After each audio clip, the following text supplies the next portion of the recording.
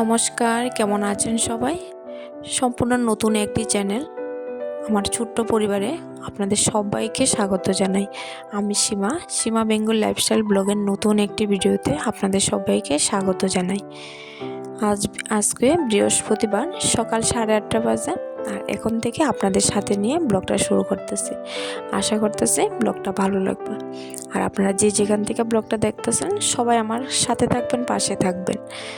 বন্ধুরা, বৃহস্পতিবার সকাল সকাল অন্যান্য কাজকর্ম করে সেরে রান্নাঘরে আইসি। রান্নাঘরের রান্না করা, তারপরে অন্যান্য কাজকর্ম করে যাবো ঠাকুর ঘরে। যেহেতু বৃহস্পতিবার একটু সময় লাগে ঠাকুর ঘরে, তার লাগে আগে রান্নার কাজটা কমপ্লিট করে সেটা এরপরে ঠাকুর ঘরে যাবো। তাই সকাল সকাল রান্নার মধ্যে ভাত বসাইছি, ভাত আর সই সিদ্ধ বসাইছি। শুয়ে আজকে মাখা করুম, আর মাখাটা সম্পূর্ণ হাতে করুম, কোনো শিল বাটাতে পারতাম না। আর মাখাটার মধ্যে বেশি কিছু লাগে না, আর আমি এই মাখার মধ্যে কোনো তেলই ব্যবহার করছি না।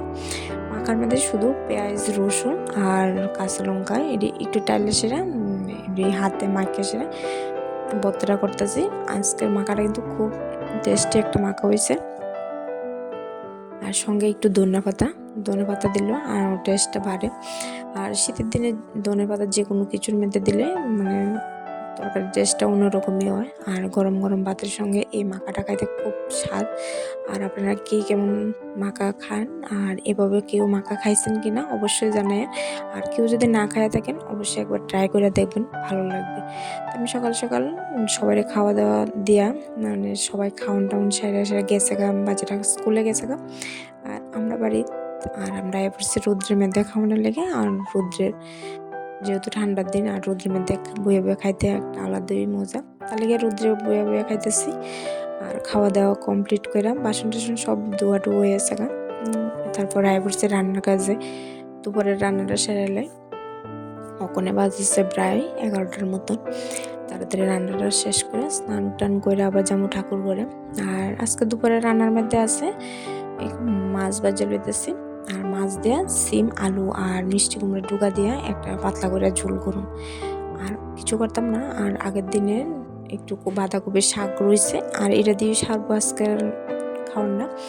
আর বাচ্চারা যেহেতু শাকটা খায় না, মাছ আর একটু ঝোল দিলে তারা খাওয়া হয়ে যাবো। আর আজকে আলাদা করে ডাল কিছু একটা করছে না। প্রত্যেক দিনে মানে একটা ডাল একটা কমন থাকে, ডাল রান্ধন লাগে। বাচ্চারা ডাল ছাড়া খায় না, তাই আজকে ভাবতেছি যে আজকে আর ডাল করি না, আজকে মাছের ঝোল দিয়ে তারা খাওয়ানো। লেগে তাড়াতাড়ি। আর বৃহস্পতিবার রান্নার একটু ঝামেলাটাই কম রাখি, যেহেতু তাড়াতাড়ি সারণ লাগে, তাহলে একটু ঝামেলা কম রাখছি। একটা তরকারি করুন আর রান্নাটা কমপ্লিট হয়ে যাবো গা। আর রান্না কমপ্লিট হলে বাকি কাজকর্ম করে স্নান টান করে যাবো ঠাকুর ঘরে।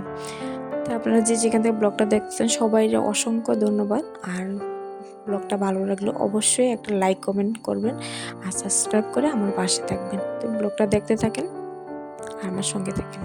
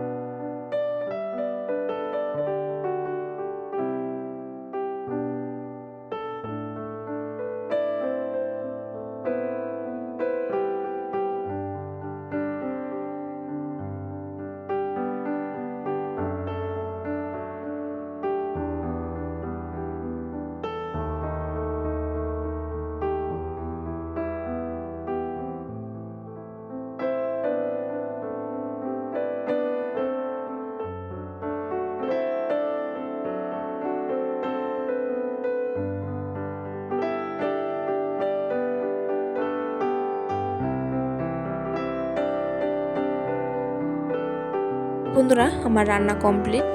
ওখানে দোয়া বাসন টাসনও দোয়া কমপ্লিট হয়ে গেছে গা, গ্যাস টেস সব কিছু দোয়া কমপ্লিট হয়ে গেছে গা। ওখানে জাস্ট একটু জায়গাটা রেখে সেরা তারপরে পুরোটা একটু মুছালাম।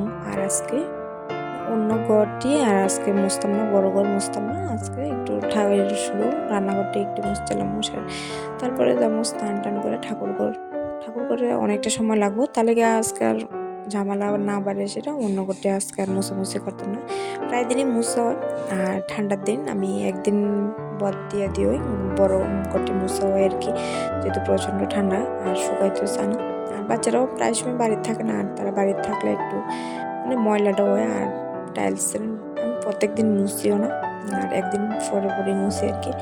আর রান্নাঘর তো প্রত্যেক দিনই মুছন লাগে, তাই রান্নাঘরের কাজ কমপ্লিট। স্নান টান করে আয় পড়ছে ঠাকুর ঘরে সম্পূর্ণ কাজ কমপ্লিট হয়ে গেছে।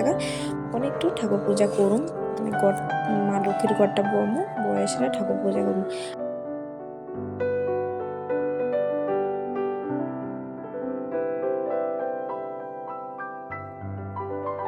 আর ঠাকুর পূজা টুজা সাইরা আয়া দেখি একটু তেঁতুল মাখা করছে, আর তেঁতুল মাখা খাইতেছে। আর আজকে ব্লগটা বেশি বড় করি না, এ পর্যন্ত ব্লগটা। সবাই ভালো থাকবেন, সুস্থ থাকবেন, আবার দেখা করবো পরবর্তী ব্লগে।